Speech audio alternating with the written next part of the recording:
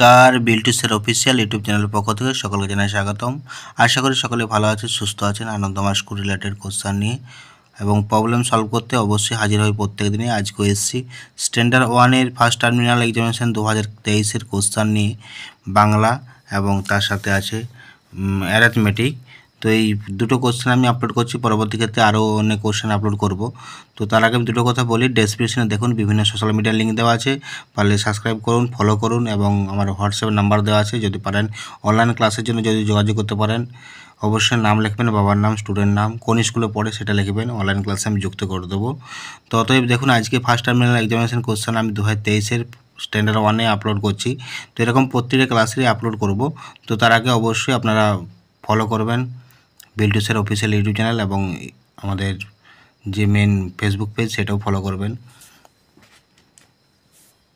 তো দেখুন ছড়া মেলা বই থেকে প্রথম পর্বের যে কোনো একটা ছড়া কবির নাম সহ 4 লাইন মুখস্থ লেখো।